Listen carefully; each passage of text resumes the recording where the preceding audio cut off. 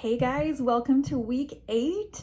This week is a bit of a heavier week lesson-wise. We've got a lot of topics to cover today, and I will be honest with you, some of these topics may cause you to feel some overwhelm or some fear or some stress. Just know that even though I've got everything listed in this lesson, it does not have to be done today or even like in the next month. Everything that I'm talking about in this lesson can happen and will happen slowly over time. Okay, so don't feel like you're falling behind because you don't have all of these things done.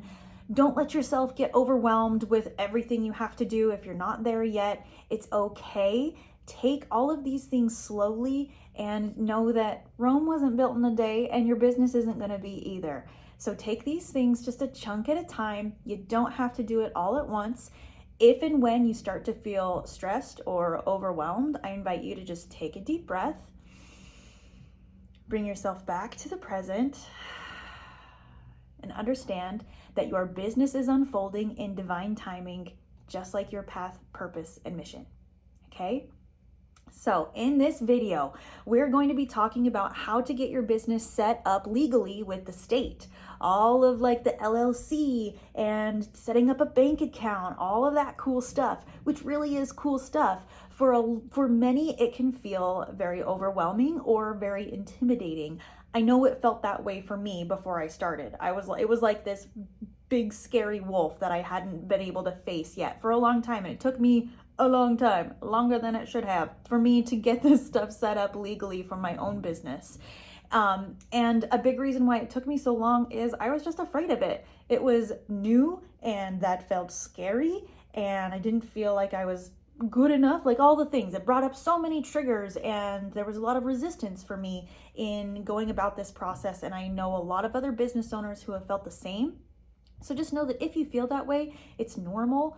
Also, spoiler alert, your fear of the thing is bigger than the thing itself. And once you start just diving into this process and taking it one step at a time, you'll realize like, oh, this ain't so hard. This ain't so bad. If so-and-so down the street can run a business, can open a business, so can I. And really, you can. Okay, so there are a few steps to take, and it's likely the first time that you have ever taken these steps. So of course your ego is going to freak out. I know mine did. Remind yourself that this only feels scary because it's new, not because it is actually scary. It's just unfamiliar, it's new, and so ego likes to have a freak out about that. Speak and think calmly to yourself throughout this process, and just continue to reassure yourself that you can do hard things and this isn't as scary as it's trying to make you think it is. All right. So the first thing you want to do with getting your business set up is pick a business name. This is like the fun part. You can make it something meaningful to you or simply Reiki with your name. You can be as specific and meaningful or as generic and not meaningful as you want to be. This is your business and you get to decide what the name is. Once you have your name, one really important thing here, it matters less what the name is, and it matters much more that the name describes what it is you do. Yeah, we'll just leave that at that. Let it describe what you do. Okay, so your next step is to register your business with the state. And I have taken much of this next information that is coming to you guys directly from sba.gov, which is the website that you can go to learn more about what it is that you need to do for your business and also take the first steps to registering your business.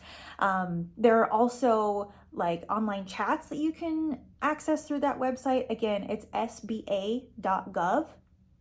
There are online chats, people can help you. You can even, I think, set up like consultation calls with people to ask for help. So there's lots of support and help available to you. Okay, so this is from sba.gov. It says, register your business to make it a distinct legal entity. How and where you need to register depends on your business structure and business location. Your location and business structure determine how you'll need to register your business. Determine those factors first, and then registration becomes very straightforward. For most small businesses, registering your business is as simple as registering your business name with the state and local governments. And I found this to be the case for myself. Like, oh, that was actually much easier than I thought it was going to be. In some cases, you don't need to register at all. If you conduct business as yourself using your legal name, you won't need to register anywhere. But remember, if you don't register your business, you could miss out on personal liability protection, legal benefits, and tax benefits. If your business is a limited liability company or an LLC, which most of you will probably be an LLC.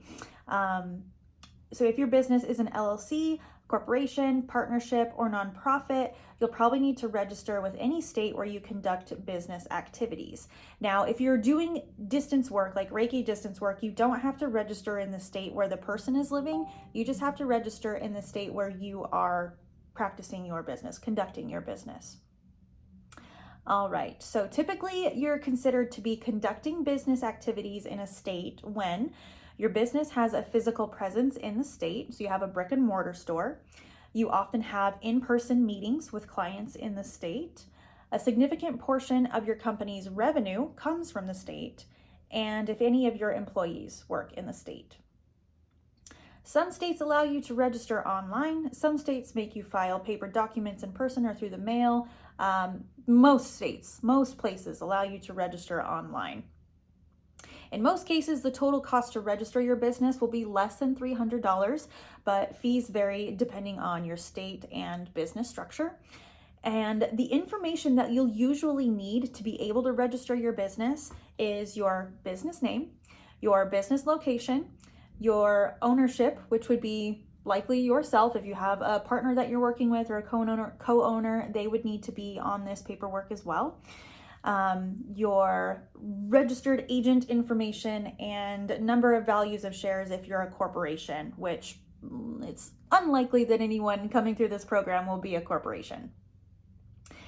So the main things you'll need to focus on there is your business name, your business location, and who owns it and runs it. Okay, so the next step is to get your EIN number. Your EIN number or tax ID number is like a social security number for your business. It's how the state and like federal tax agents identify your business. So it's like your social security number for your business. You need an EIN in order, or a tax ID number in order to be able to pay federal taxes, hire employees, open a bank account, and apply for business licenses and permits. It's free to apply for an EIN, yay! And you should do it right after you register your business. Your business needs a federal tax ID number if it does any of the following. If you have an employee that you pay, if it operates as a corporation or partnership, if it files tax returns for employment, if it withholds taxes on income, works with certain kinds of organizations, etc. There is an IRS assistance tool on the website that can help you apply for an EIN after you have registered your business. Really simple, actually. It will guide you through questions and ask for your name, your social security number, your address, and your doing business as or DBA name. And then your federal tax ID becomes available immediately upon verification. So getting that is really simple. Once you have, this is the important part of the EIN. Once you have your EIN, you can open your business bank account. This is a really exciting step in your business as it's going to help you more efficiently and easily track your income and spending, which will make tax time so much easier. It's not fun, and been there, to go through an entire year of transactions and trying to like sort through what was tax deduct or what was a write-off and what wasn't, and what was a tax purchase or a business purchase. It can get wild. So having your own business bank account can make that process so much simpler. As soon as you start accepting or spending money as your business, you should open a business bank account. Common business accounts include a checking account, a savings account, a credit card account, and a merchant services account. Merchant services accounts allow you to accept credit and debit card transactions from your customers. Like directly. You don't have to have a merchant service account if you use something like Square to accept card payments. So keep that in mind. Okay, so most business bank accounts, this is kind of fun. Most business bank accounts actually offer perks that don't come with standard personal bank accounts. And some of those things are things like protection. Your funds are separate from your personal funds, so that helps protect your money. Professionalism, customers who are able to pay you with credit cards and make checks out to your business see that business as more professional. And also preparedness. Business banking usually comes with the option for a line of credit for the company, and this can be used in the event of an emergency or if your business needs new equipment. And then having a business bank account also gives you purchasing power. Credit cards account can help your business make large startup purchases and help establish a credit history for your business. Let's see, we're gonna skip that.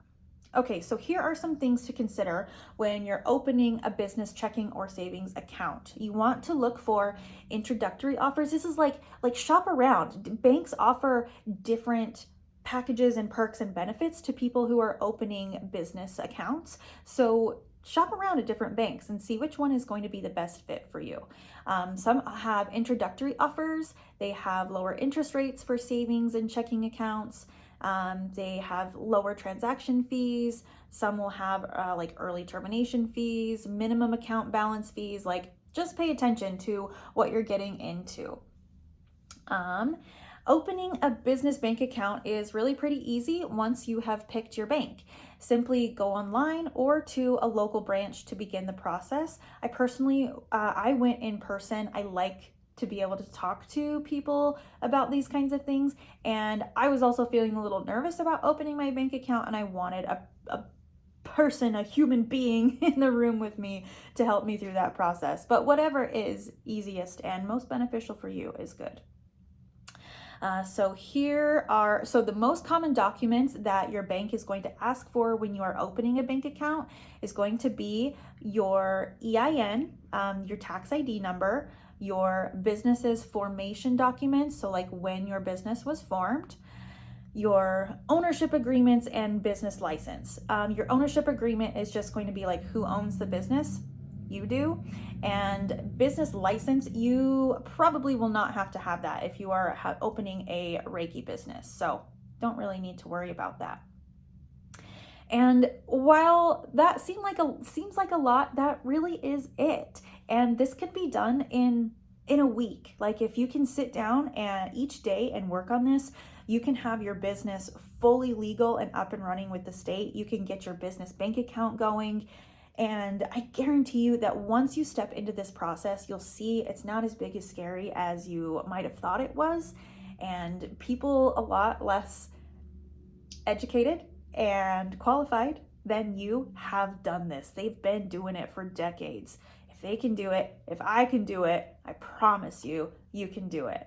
So put on your brave pants, go out and start taking these steps to getting your business legitimate with the state, and up your professionalism, up your credentials, and make your life, especially at tax season, much more simpler and smooth. Thank you guys. Hope you learned a lot, and just get started. Just go. It's not as bad as you think. All right. Thank you so much. I'll see you in the next video.